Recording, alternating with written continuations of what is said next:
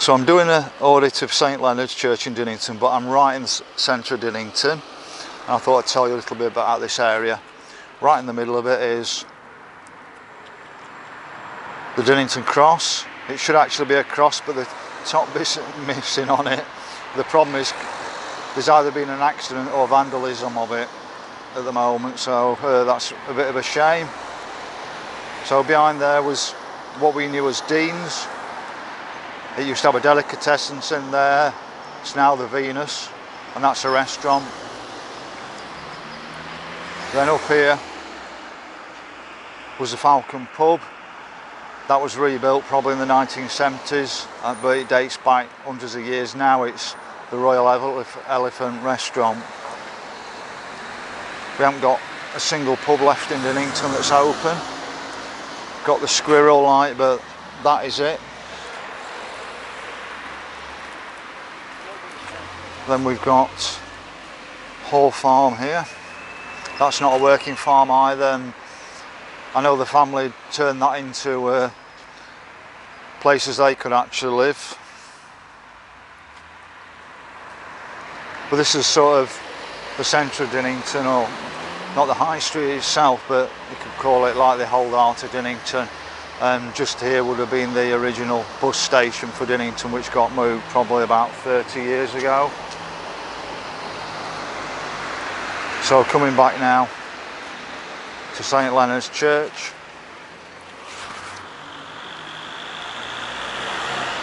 It's not my favourite church. I don't like this as much as I do the St James at Southampton, but it's not a bad church.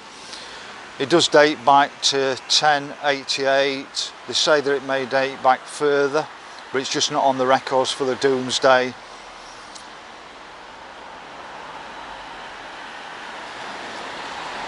But they say that the churches, etc., because they weren't taxed, wouldn't have been in those records.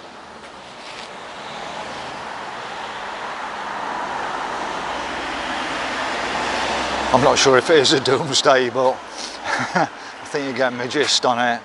Really can't understand this. The church is virtue signalling as usual. If they were really bothered about the people of Ukraine, they would have been saying something back in 2014 when the Russian areas of the UK were being bombed by Nazis armed by their own government. But they don't actually come out. They didn't come back out in 2014. It's now 2022, so where were the church back then?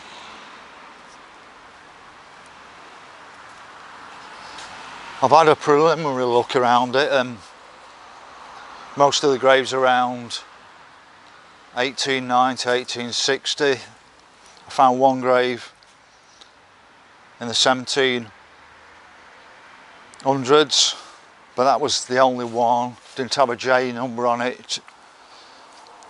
Got another blank grave there. 1869. I think these are roughly all about that.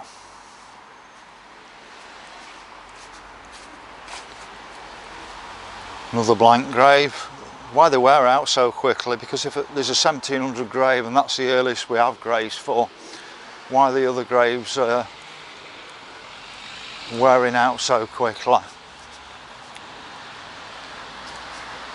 think this church was probably built probably 1800s or something like that. It's quite modern. It hasn't really got a, well, it hasn't got a steeple. It's got a bell, as you can see up there, but no steeple.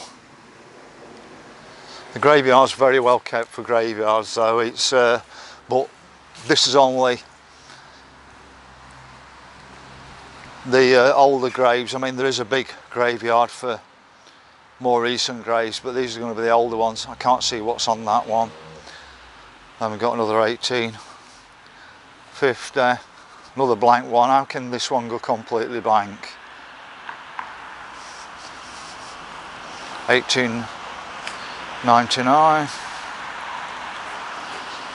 And now this, to me, is looking very like a Pagan, if I'm right. I'm looking for clarification from Dora Vernon on this.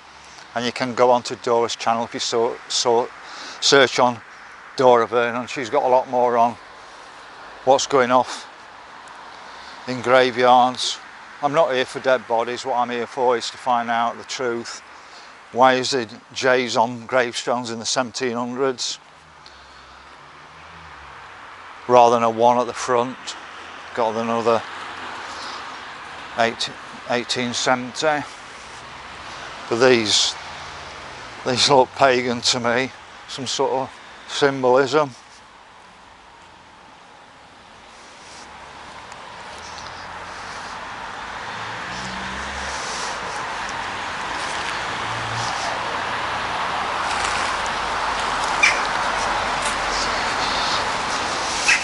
Very weird.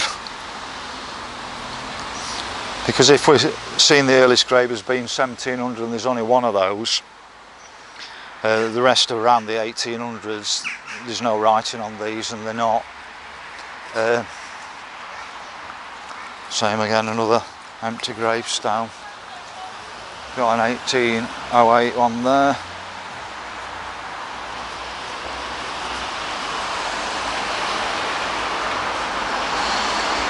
(1866), so most of the graves are 1800s.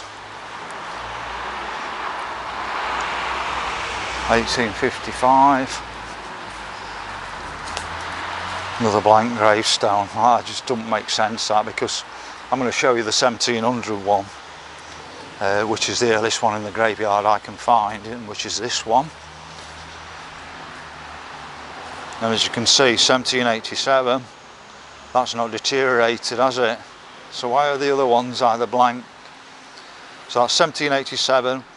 It's showing a 1, not a J. But if it had been about 1760, 1740, it would have said J787 or J778. I'll just get my teeth back in here. If it was 1740, it'd have probably been J740, that one. But with it being above 1750, it's a 1 in front. Now,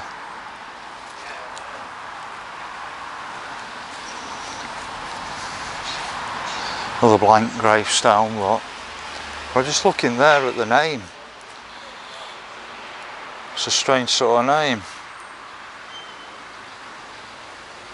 Right at the bottom. Well, it looks like Alpha, Robert and Catherine. Now, that's the oldest grave I found in the graveyard.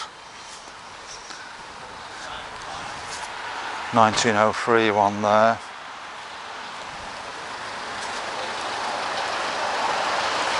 Another white out one there.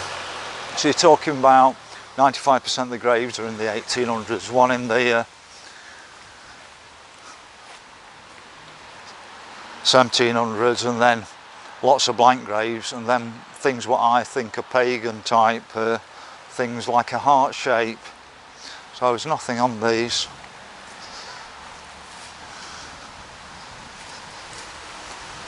You've got to wonder if some of it's been defaced.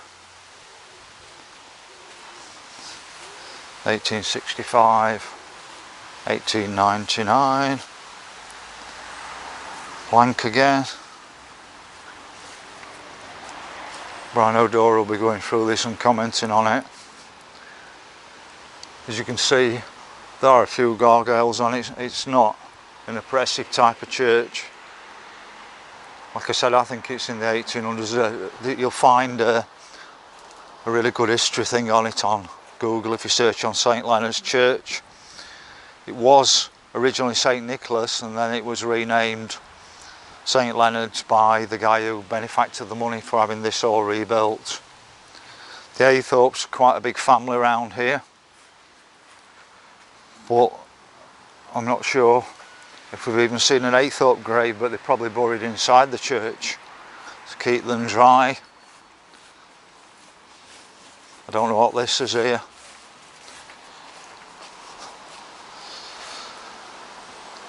You don't know whether these have actually been gone with weather or whether they've been damaged on purpose. As you can see, most of the graves are 1800s, 1850s.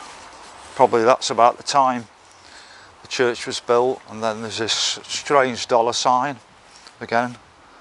Not sure what that is, if somebody could tell me. And we've got another 1878, but I think the church was probably built in about the 1870s, or rebuilt. A lot of people have thrown money at it, and I know that inside here I think there's a memorial to all the miners who died down Dinnington Colliery. My disappointment was they had a wall built in the actual memorial garden that people could pay to have a name put on there of somebody who worked at the pit. But to me, the central part of that should have been to remember the miners who actually lost their lives, but they didn't. And that's why I've done nothing, I've done no video on it, because I don't agree with it not actually having the guys who died down the mine actually on that memorial in the Remembrance Garden. I'm just giving a bit more of a view of the church, but that's really it. That's the actual graveyard. So after the 1800s they started burying people in another graveyard. There's another big graveyard that the local town council maintains. It's an absolutely massive graveyard, so that's where it's gone, but I'm not really bothered about that. That's after the time I'm actually interested in. There is something down here. It's probably a maintenance place, but you never know if these things go down does go down quite a long way into the ground.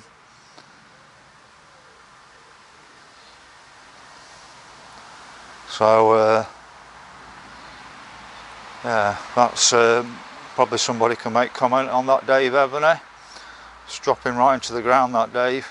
I know it's probably for the central heating now, but you know, was there a purpose for it in the past? You see, the church has been sunk right into the ground here.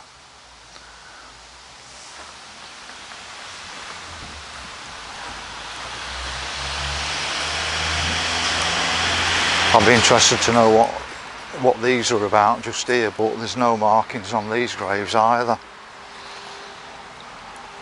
So that's my quick audit of